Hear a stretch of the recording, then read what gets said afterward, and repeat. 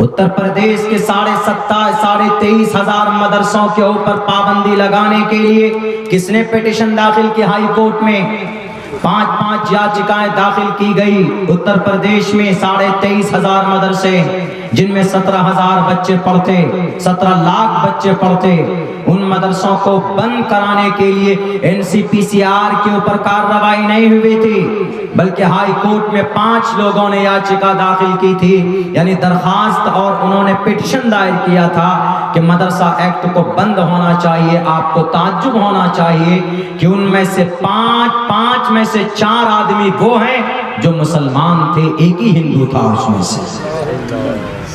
इस उम्मत को नुकसान इस कौम के लोगों ने पहुंचाया, हमने और आपने पहुंचाया। वक्फ बिल के ऊपर मैं तफसील से बात करूंगा आखिर में, अभी सिर्फ एक आपको टेलर दिखा रहा। वक्फ की प्रॉपर्टी पर mister Modi ji, mister prime minister नया कानून लाए। क्यों, किस वजह से?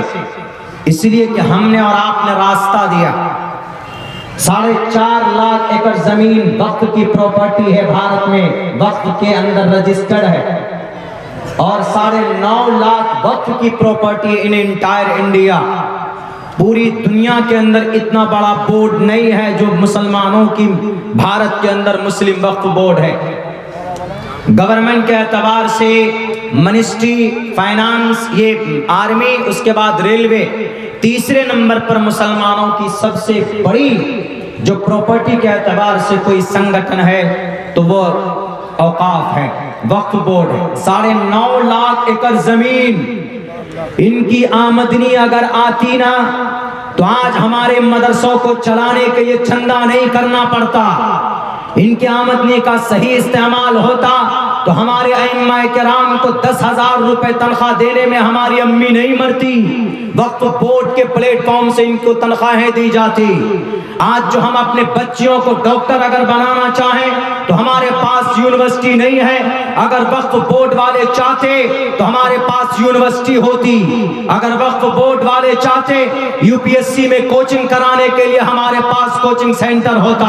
अगर वक्फ बोर्ड वाले चाहते तो इसकी आमदनी से नीट में बैठने के लिए 2 साल तक बच्चों को तैयारी करानी पड़ती, हमारे पास कोचिंग सेंटर होता। आज हम लंगड़े और लूले नहीं होते। सीमांचल वाला सैलाब की जद में आकर गरीबी की जिंदगी नहीं गुजारता।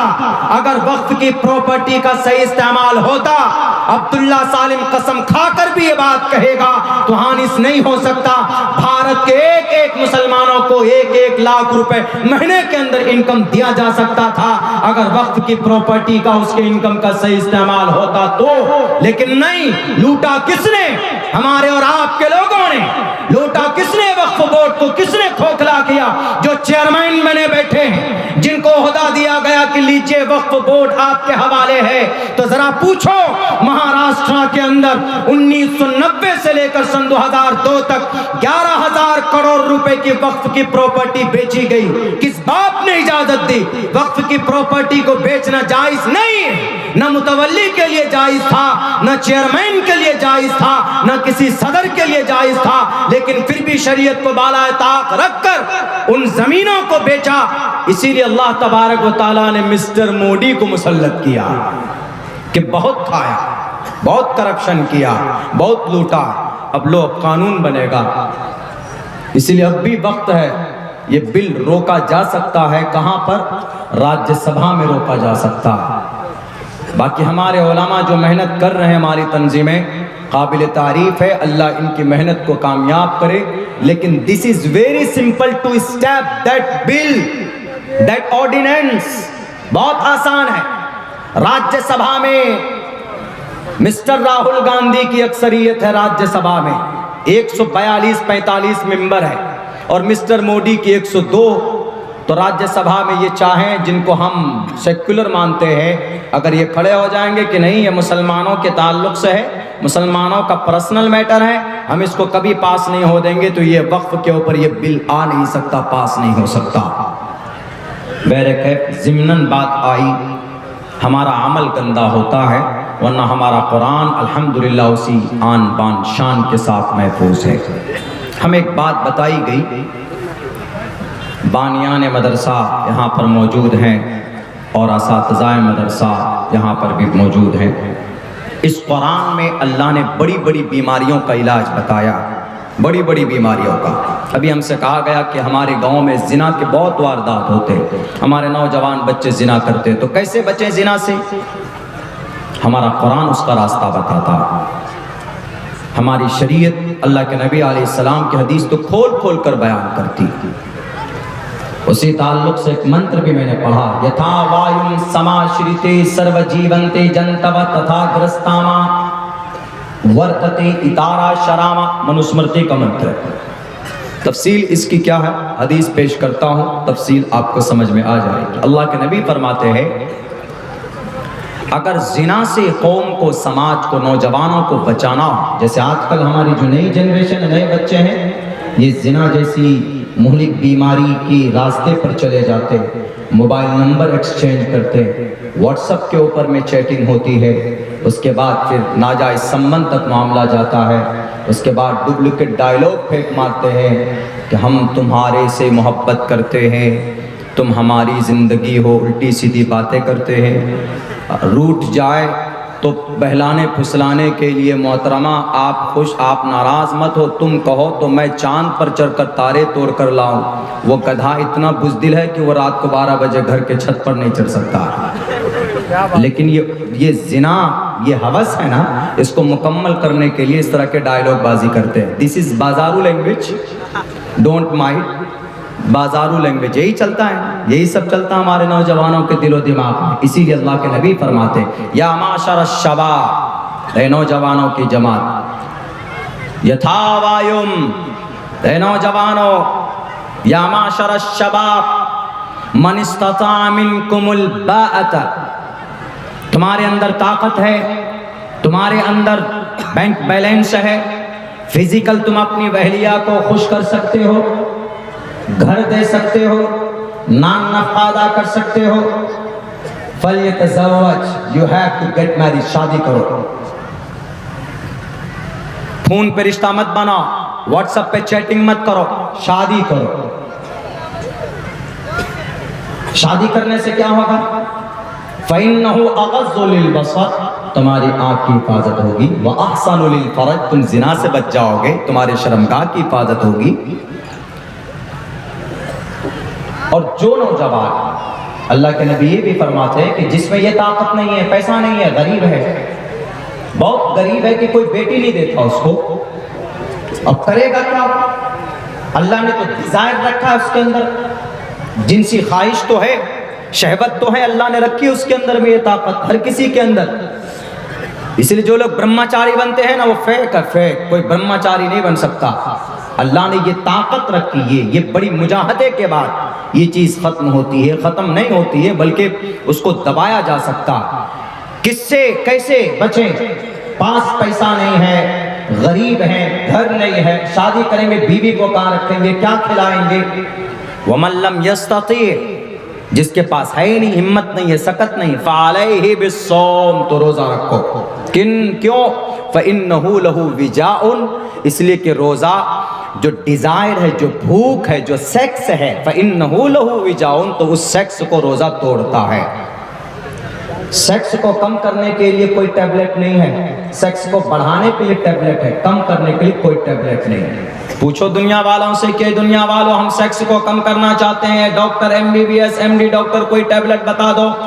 दुनिया का कोई हकीम, कोई डॉक्टर, कोई MBBS, कोई MD, कोई MD मेडिसिन नहीं बता सकता आपको कि सेक्स को कम करने के लिए ये टैबलेट ले लीजिए। कम करने के लिए नहीं, बढ़ाने के लिए तो है, कम करने के लिए नहीं है। लेकिन हमारे नबी पाक अलैहिस्सलातु वस्सलाम 1458 साल पहले प्रॉफेट मोहम्मद अलैहिस्सलाम ने भी इस बीमारी का इलाज बताया है। इससे पता चलता है कि हमारे नबी तबीब भी थे, हमारे नबी MBBS डॉक्टर भी थे, हमारे नबी MD डॉक्टर थे।